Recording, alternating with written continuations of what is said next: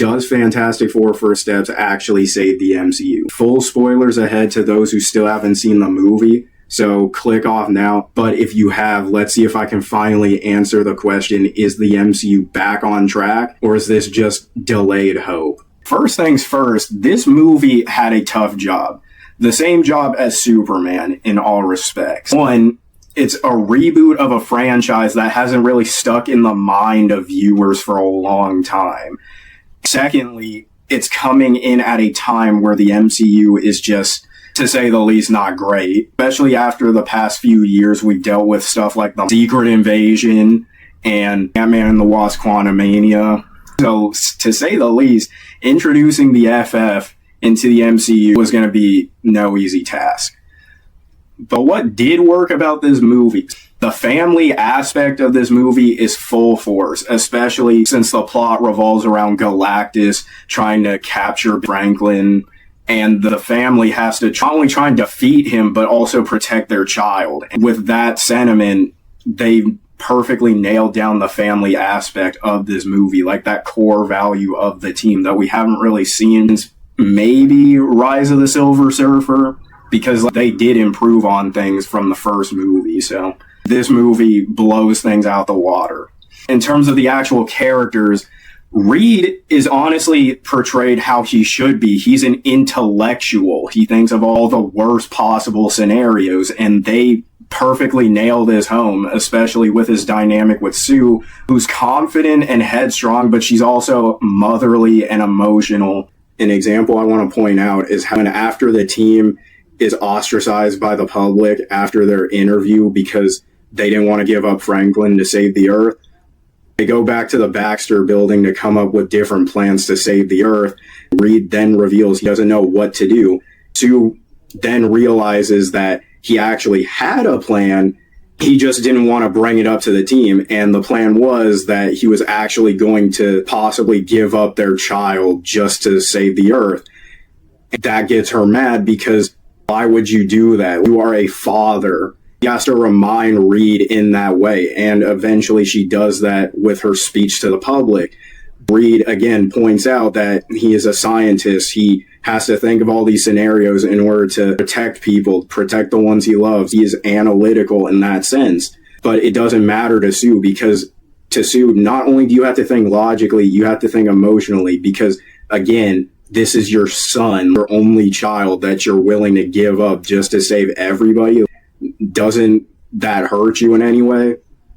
She grounds Reed in that sense through this analytical and emotional lens. That's how they contrast each other perfectly. Their dynamic is the best it's ever been. But in terms of Sue, she is done perfectly. She is the most powerful member of the team, no questions asked, and they treat her as such. Not only that, but as I said, she's confident, she's motherly, almost in a regal sense, but not quite. She is the glue that holds this team together, and that's how she should be portrayed. She shouldn't be portrayed as somebody who's barely in the movie or as somebody who's a weakling. No offense to the second version, but she was portrayed in a way where it was like she's the weakest member of the team, and that is not the case. She can literally create force fields in people's brains and then have them expand. She could kill you with just a look.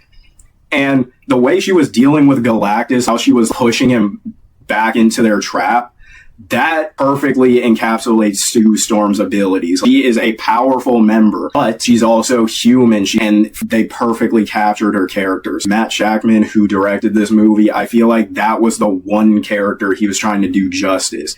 If he was trying to do justice to just one character, it was Sue, and he definitely captured that. Now with Johnny, though, listen, I love Chris Evans' version, and to an extent, I like Michael B. Jordan's version, but that's because it's Michael B. Jordan.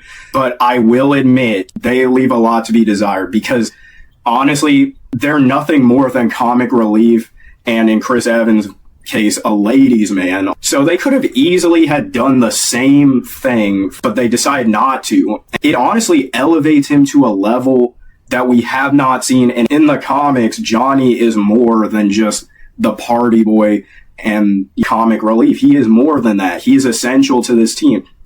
And while yes, is comedic, he does have his moments where he shows his worth. And in this movie, he does something really clever, which is that when he talks to the Silver Surfer for the first time, she speaks to him in an alien language, right? So once he records that, he tries to decode what she said. And throughout the movie, he gains more of these languages from her. And he starts to piece together all the messages of the people that she led to die at Galactus's hands. That moment was crucial to this movie because before that, Silver Surfer showed up to stop the team from teleporting the Earth so then Galactus wouldn't find the Earth for another billion years. And she comes in to destroy every single device except for one, which is the one in New York, which is how they're able to recoup their plan and trap Galactus in that portal. But the only reason she stopped was because Johnny played all those messages of all the people that died at Galactus's hands. So for that, he's probably the most clever character in the movie because you wouldn't expect this from him, but he took the time to step up. They did Johnny Storm a huge service because he is arguably the best Johnny we've gotten on screen. We'll have to see what he does in Avengers, Doomsday, and Secret Wars, but for now, that's how I feel on this. Another thing they got right was the retro-futuristic aspect of this world. Like, the universe feels lived in. When Silver Surfer actually showed up, I liked the Easter egg that there was, like, comic artists in an apartment trying to, like, Fantastic Four comic, I'm pretty sure. And obviously, that's a reference to Stan Lee and Jack Kirby creating the FF. I love that reference. But another thing that I liked about this world is how visually distinct it is from the MCU, because for so long we've gotten CGI that looks unfinished, ugly, and also just gray, just so they can ground the movie, which never works, especially if you're going to different dimensions, and gray color grading on the movie is not the right way to go. But that's why I think this movie, like all else, has one of the best visuals in the MCU, like down, especially after what we've gotten over the past 4 to 5 years. Another thing that they handled really well was the origin. They just told it in a documentary style, so you get the main beats of their origin, so you don't have to retell it in real time. Something that I liked was Galactus, because the marketing for this movie was pretty much, hey, remember that cloud version? Well, we're not going to do that. We're going to actually show him giant man in a purple suit, big fork-looking helmet. We're going to show that in all its glory. And he's going to walk around in New York like a freaking kaiju. That's Galactus in a visual sense, but in personality and power and scale, they showed that tremendously. When the team first meets Galactus for the first time, that scene had chills for me. He's not God exactly, but definitely feel like you're talking to a divine presence when you're in Galactus's presence.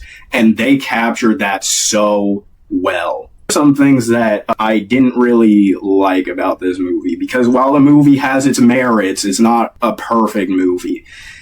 First, we gotta start off with the Thing, because in this movie, while Ben feels like an asset to the team, he also feels like an actual member of the family and stuff. He really have his own personal story. It's there, like with the school teacher, but it's not really expanded upon. And while not asking for the Thing to have some tragic storyline, you know, moved away from that aspect of him, but they could have expanded on things for him a little more.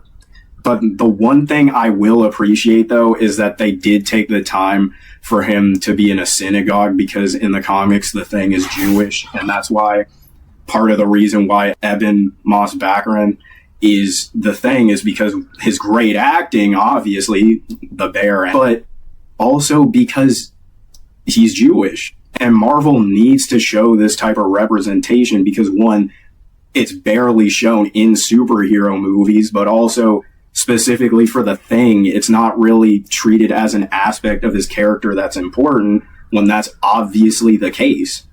So for that, Marvel did that part of his character justice, and I will appreciate them for that.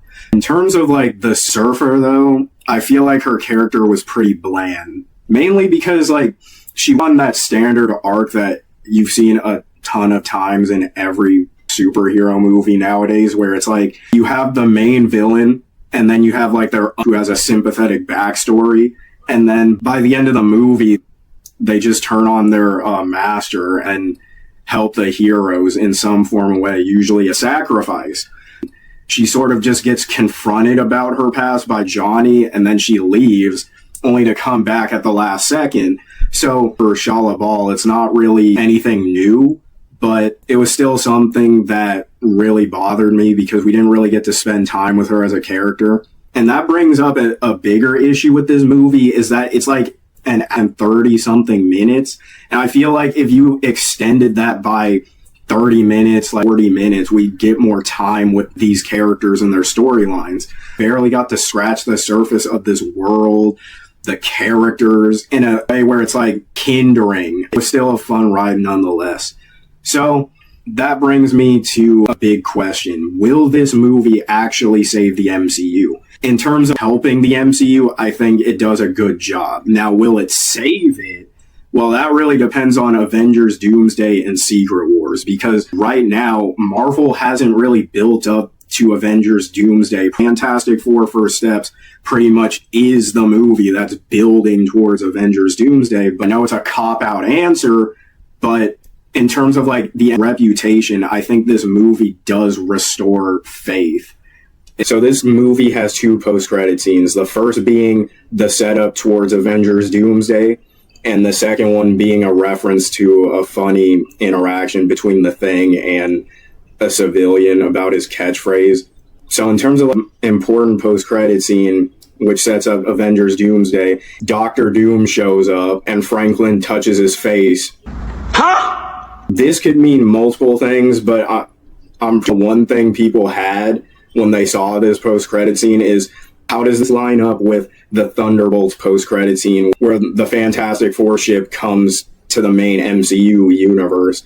And the real-world answer is the directors didn't coordinate the post-credit scene. My theory is that Doom steals Franklin and he goes to the main MCU and just says that the Fantastic Four doomed everybody.